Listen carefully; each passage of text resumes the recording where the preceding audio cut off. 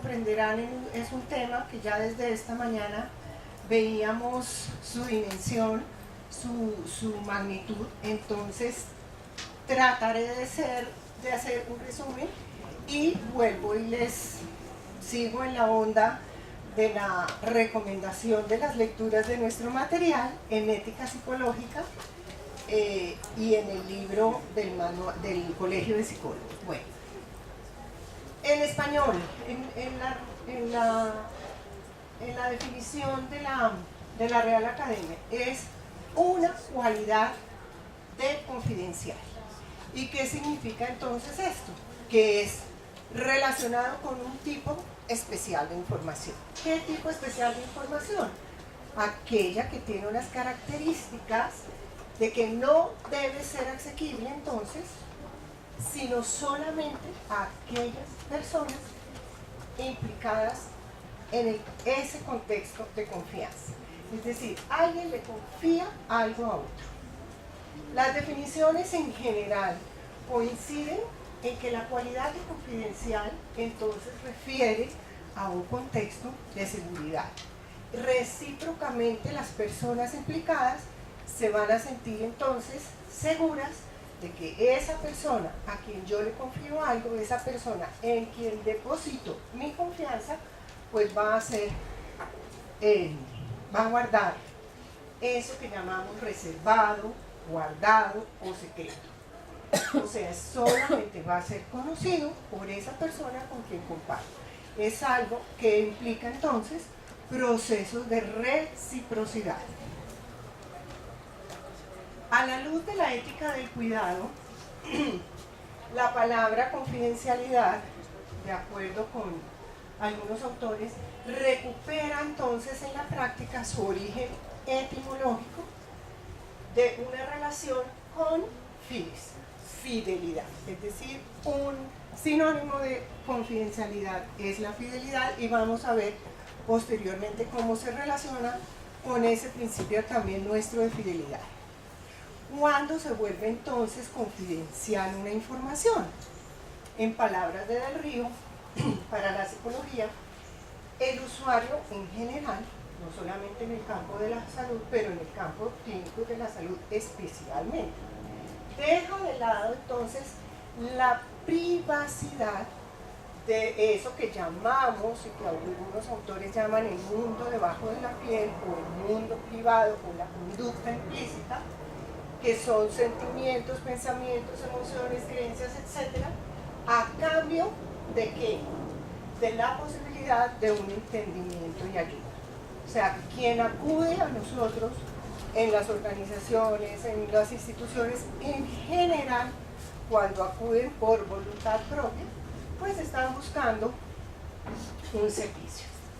Se convierte entonces en confidencial una vez que se comunica, una vez que se revela al profesional eso que llamamos el mundo privado o el mundo secreto. Entonces se requiere pues que creemos como profesionales un contexto de confianza. Sin un contexto de confianza, pues normalmente las personas es muy poco probable que nos cuenten, que nos comenten, que nos hablen de ese mundo íntimo o privado. Sin embargo, también sabemos que en muchos contextos, no solamente de la salud, independientemente de lo que quiera la persona que acude a un servicio, pues se ve la necesidad de hacerlo, es decir, se ve en la necesidad de, entre comillas, comunicar, compartir su mundo privado, porque está en condiciones de salud o de bienestar que hacen necesario que se comparta. Y en eso, por ejemplo, no solamente en Colombia, todo lo que nos comentaba Leonardo esta mañana del mundo de la salud, pues casi que es una equivalencia entre calidad del servicio igual a acceso a la información, ¿sí? Y lo vamos a ver cómo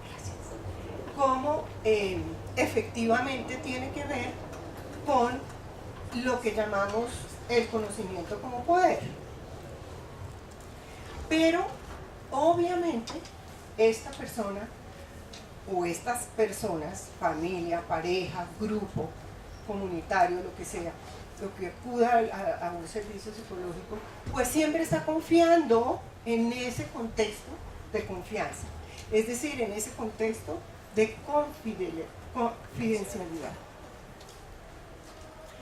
Y en la psicología, casi que también, como decíamos, más que en muchas otras profesiones, pues socialmente sí se nos ha dado casi que ese mandato. Es decir, el conocimiento psicológico no podría ser enriquecido, no podría verse desarrollado, si no es porque precisamente tenemos ese acceso, porque es que la psiquis, lo psíquico, es precisamente el objeto de estudio de la psicología.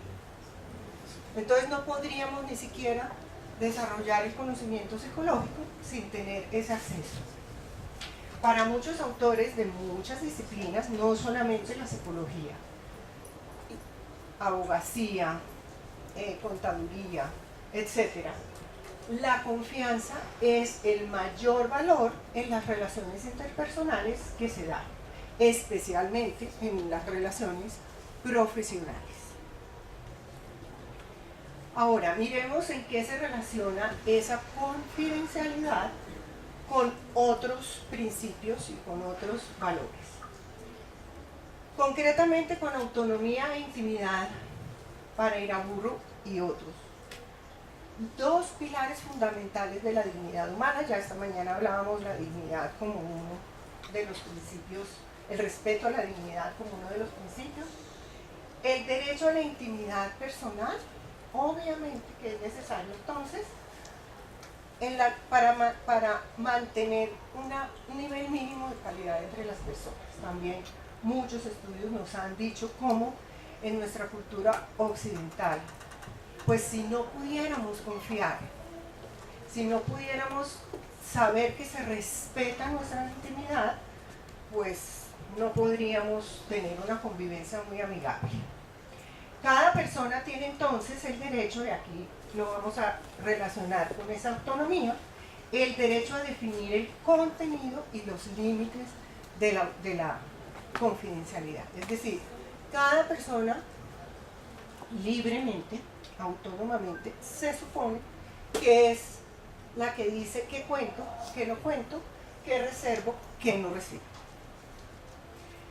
La intimidad implica entonces esa libertad o autonomía para seleccionar esa información. ¿Y qué voy a dejar conocer? En ese sentido entonces determina para estos autores en el campo también de la ética las condiciones que configuran esa confidencialidad.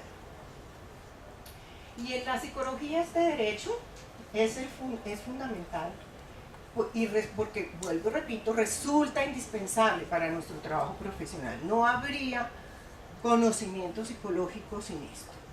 Algunos autores también relacionan incluso la confidencialidad con un bien común.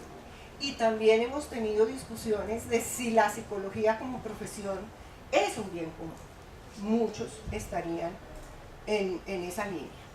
Por ejemplo, aquí hay una tesis interesante de la Universidad del Bosque en Bioética que efectivamente dice que la intimidad y privacidad es un bien social que debe ser garantizado por todos en la sociedad. Y como profesión, si consideramos la psicología como un bien público, como un bien social, pues la sociedad, ¿qué es lo que nos da a nosotros? Pues nos reconoce autoridad moral y profesional. Si no fuera así, pues los psicólogos estaríamos un poco como mandados a recoger. Ya volviendo a lo que es el trabajo en el colegio, en las COFAPSI, todo lo que se ha acordado, todo lo que se ha publicado, hay específicamente el acuerdo 15 que habla de la relación, o sea, de donde podemos derivar la relación entre confidencialidad con otros principios morales y valores morales o éticos. Y se derivan del análisis también de lo que les presentaba Leonardo esta mañana de la Declaración Universal de Principios Éticos para Psicólogos del 2008. Entonces, la confidencialidad se menciona clarísimamente en este acuerdo como un valor asociado a otros principios importantísimos como el de la integridad, reconocido a su vez o relacionado a su vez con el de no maleficencia, que es uno de los mencionados en nuestro código. También en el acuerdo 15 se dice que este principio de integridad es subsidiario del de veracidad. Y quiero hacer énfasis, bueno, veracidad y doble efecto. ¿Por qué se relaciona además la veracidad con la autonomía? Porque la veracidad, el principio de veracidad que nos habla de la necesidad de que también nosotros, como profesionales, tengamos una comunicación muy clara y muy completa y muy honesta y cercana con las personas a las que prestamos el servicio. Por eso hablábamos de la reciprocidad y de un contexto relacional de confianza. Y aquí digo conocimiento es poder, ¿por qué? Porque cuando estamos ayudando a otro en cualquier relación profesional, cuando estamos prestando cualquier servicio, obviamente se supone que entre más conozcamos, más tengamos información podemos tomar mejores decisiones y podemos conocer mejor nuestra actuación. Entonces la veracidad pues tiene que ver con la autonomía, pero además la veracidad, de acuerdo con este acuerdo 15, pues se relaciona con estos principios de lealtad y fidelidad, que ya habíamos dicho cómo se relacionan etimológicamente esas palabras, pero ¿qué significa? Que nosotros siempre adquirimos compromisos. En nuestro desempeño profesional es una acción comprometida con algo, con lo que sea, mejora, dar herramientas, acordar mejores vías para estar mejor, lo que sea. Entonces, en ese sentido, esa veracidad también es condición de la confianza. Y ya mencionábamos esta mañana con Leonardo este principio importantísimo de respeto a la dignidad de las personas y los pueblos.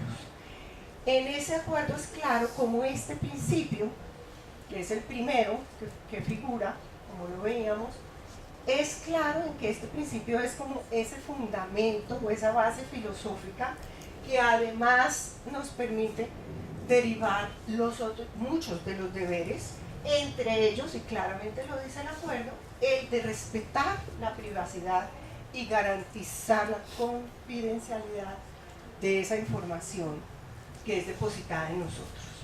Y en la misma línea, el acuerdo 2 del Tribunal Nacional señala también claramente la relación entre todos nuestros principios, pero especialmente beneficencia, no maleficencia, autonomía, justicia, veracidad, solidaridad y lealtad y fidelidad, como veíamos antes en el acuerdo 15, con el secreto profesional. O sea, no hay forma de no encontrar una relación entre todos nuestros principios y la confidencialidad. Bueno, relación con el secreto profesional.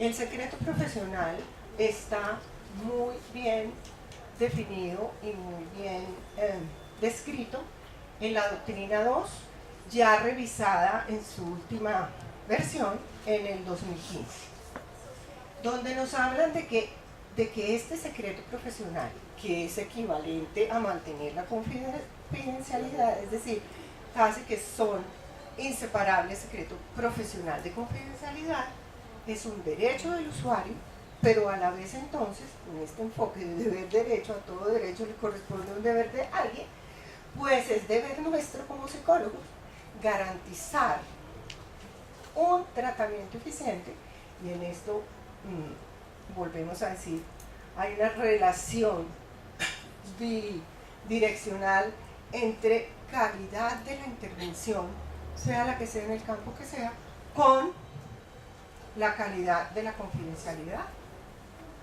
A su vez protege otros derechos, como el del buen nombre y el de la intimidad.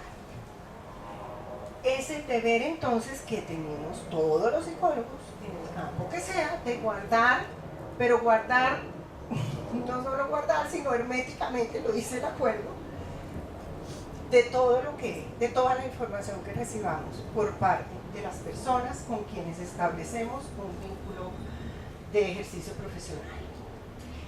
Ahora, como lo aclara el acuerdo, el derecho a la intimidad, que vamos a ver, este es constitucional, no es un derecho fundamental en la Constitución, pero por la figura de conexidad, si llega a ser violado ese derecho, pues entonces sí llega a tener la calidad de fundamental. Sobre todo cuando viola la intimidad, porque eso es lo que se viola, lo que se está violando cuando se viola la confidencialidad, y en muchos casos también la honra, la intimidad y el buen nombre en el artículo 15 de la Constitución y el buen nombre en el 21 de la Constitución. Bueno, el acuerdo 2 es prolífico en todos los sustentos legales, constitucionales, etcétera, de toda la normatividad que protege el secreto profesional. Cuando hablamos de esta presentación, Gerardo me dijo, échate de todas maneras la revisada, porque aquí ha habido toda una serie de polémicas y sabemos que el derecho no es tampoco perfecto, ni los legisladores son perfectos, ni, mejor dicho, esto es tema de discusión y seguirá siendo de discusión. Una revisada a esta sentencia del 14, porque pues en el acuerdo 2 es muy claro que estamos los psicólogos protegidos por la ley, por la Constitución, para no tener que declarar ni denunciar, ¿sí? Pero en esta sentencia, que es una sentencia que además, como la otra que hemos visto, o que vamos a ver, hay, ¿cómo es que se llaman los magistrados? Voto de salvamento de voto, que no se acogen, o sea, que dicen por qué no se acogen a la sentencia. Bueno, en esta sentencia se dice que esa exoneración para declarar no aplica cuando la víctima es un menor. Y el argumento principal es pues porque los niños son constitucionalmente sujetos de derechos que se tienen que privilegiar. Y hay toda una serie de argumentaciones, les recomiendo que lo lean. Señala que si bien la Constitución política no contiene previsión expresa del deber de denunciar o de declarar, sí hay aspectos de la Constitución que son relacionados con esto. La obligación de actuar conforme al principio de solidaridad, todos debemos ser solidarios con la sociedad, y la obligación de toda persona de colaborar para el buen funcionamiento de la justicia. Entonces ellos presentan, bueno, toda una serie de argumentos y de datos sobre el drama de nuestra niñez, de la desprotección de la niñez, y sobre todo en el caso de abusos, eso lo estamos viendo día a día. Entonces, ahí queda esa sentencia. Marco constitucional de la confidencialidad, ya lo decíamos, el artículo 15 concretamente, que dice que es un derecho fundamental la intimidad personal y familiar y su buen nombre. Y el artículo 74, que se refiere a toda la parte de derechos a acceder a documentos públicos, pero específicamente termina con el secreto profesional es inviolable. Ahora, marco legal de la confidencialidad, pues es uno de los principios que rigen el ejercicio de la profesión en nuestra ley. No definen qué es la confidencialidad, simplemente nos obliga a mantenerla, a respetarla, es decir, es una obligación básica. Esa misma ley ya posteriormente en el título quinto, artículo 10 sobre los deberes, concretamente los literales F y H, que si bien no nombran la palabra confidencialidad, pues uno de los deberes es guardar el secreto profesional, que ya veíamos por qué se relaciona con la confidencialidad, funcionalmente son lo mismo, y respetar los principios y valores que sustentan las normas éticas de nuestro ejercicio y el respeto a los derechos humanos. Finalmente, estamos acogidos, somos país que ha acogido los derechos humanos. La ley posteriormente en el título 6, cuando ya habla del código, de los tribunales, de los principios generales del código, están del artículo 23 al 26 relacionados con la confidencialidad. En el 23, obviamente, se retoma la obligatoriedad al secreto profesional. En los 24 y 25 se describen, y esto es lo que el acuerdo 2 menciona como que contraviene lo del secreto profesional como inviolable, porque pone excepciones de qué cosas se pueden comunicar de toda la información obtenida por nuestras personas con las que trabajamos. Y el artículo 26 se refiere concretamente a los informes psicológicos, que también se mencionaban esta mañana como algo clave. Y respecto a eso, se dice que todos los informes estarán o están sometidos al mismo deber y derecho general de confidencialidad. Por último, en la ley 1164, que es la de talento humano en salud, pues también se menciona la confidencialidad como un valor relacionado con el secreto. Dice, el secreto se menciona como valor a tener en cuenta en el ejercicio de cualquier profesión de la salud. Se debe mantener la confidencialidad, la confiabilidad, y la credibilidad en el cumplimiento de los compromisos, que tiene que ver con la lealtad y fidelidad, como ya lo habíamos dicho. Pero como bien también nos lo muestra el acuerdo 2, pues una cosa es el papel y el ideal de ejercicio profesional, y otra cosa es realmente con lo que nos encontramos en el día a día, como lo veíamos esta mañana. Diariamente en nuestro ejercicio se pueden presentar dilemas éticos importantes relacionados con la confidencialidad. Es decir, ya sabemos que en nuestra Constitución la intimidad es un derecho fundamental y que guardar el secreto profesional es mandatorio. Pero ¿qué pasa cuando... ¿Qué pasa cuando a quién recurrimos o a qué recurrimos cuando se presentan dilemas? Entonces, para eso les decía, el acuerdo 2 es prolífico en mostrarnos todas las sentencias de la Corte relacionadas con el tema. Una de ellas es la del 93, que se refiere, hay que aclararlo, al código penal, el procedimiento penal anterior, pero igual eso no cambió mucho con el nuevo. Igual se refiere este fue en el que hubo salvamento de voto de Vladimir Naranjo, porque a pesar de este enunciado de la sentencia, léanlo con cuidado, está obligado a guardarlo. Claro que en situaciones extremas, por ejemplo, confianza vida, pues se privilegiará la vida.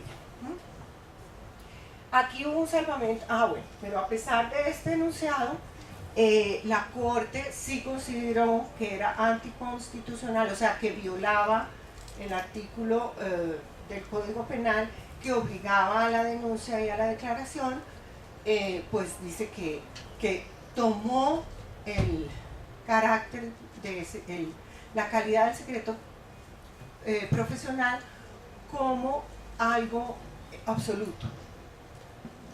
Entonces, pues hay otras sentencias y les traje otro ejemplo que es, bueno, ¿qué pasa? Si la Constitución no se pronunció al respecto, si no da como vía a las, entre comillas, posibilidades de violar el secreto, no violar, porque Vladimir Naranjo en eso es muy claro, no es violar, sino es revelar. Este derecho solo podría vulnerarse cuando se trata de proteger la vida de terceros o de la misma persona sujeta del derecho. Y dice, naturalmente, que la Constitución no pronunció una ley al respecto, porque ya se encarga ese legislador de emitir sus leyes que deberían legislar al respecto, ¿sí? Simplemente, entonces, todo vuelve a repetirse que es inviolable. En la situación límite en que fatalmente debe decidirse por uno de los dos valores, ya lo habíamos dicho, pues siempre hay que decidir por la vida. En el acuerdo, pues tenemos una sugerencia, bueno, varias sugerencias, pero una de ellas hace referencia a que existen dos herramientas, una legal y otra ética, a las que podríamos recurrir en casos de estos dilemas serios respecto de mantener la confidencialidad. Una de ellas, como caso excepcional, recurrir a la doctrina del mal menor, que está muy bien explicada en este acuerdo, pues no tenemos tiempo para profundizarlo, pero que además es un principio ético en la ley 1164 de talento humano y salud. Y como estrategia legal, dice la doctrina, podemos contar con esta figura jurídica de estado de necesidad, que además se basa en que los derechos efectivamente no son absolutos, y que en un estado social de derecho pues no podría caber ese absolutismo. Entre otras cosas, en el enfoque que hemos asumido en los tribunales es lo que hemos llamado el enfoque sociológico de la ética y de los derechos. Entonces, pues, ya para concluir, entonces, tenemos el deber de confidencialidad, es un deber, que si decidimos, después de un proceso deliberativo, como decíamos esta mañana también, en eso consiste la ética, tendría que estar muy bien justificado. Tendríamos que conocer las consecuencias probables. Obviamente no somos una ciencia perfecta, no tenemos un poder de predicción total, pero sí tenemos que prever las consecuencias. Muchos autores en este campo lo que recomiendan es, miren, acudan a los comités de ética, acudan a las personas si no nos sentimos suficientemente capacitados para tomar ciertas decisiones y seguimos con muchas dudas, recurran a los colegas, a los comités de ética, porque desconocer lo que implica violar la confidencialidad, pues es que no solamente estamos vulnerando derechos fundamentales, como ya lo habíamos dicho, sino que también está implicado el prestigio de la profesión, porque ya decíamos, nuestra profesión socialmente tiene un papel importantísimo.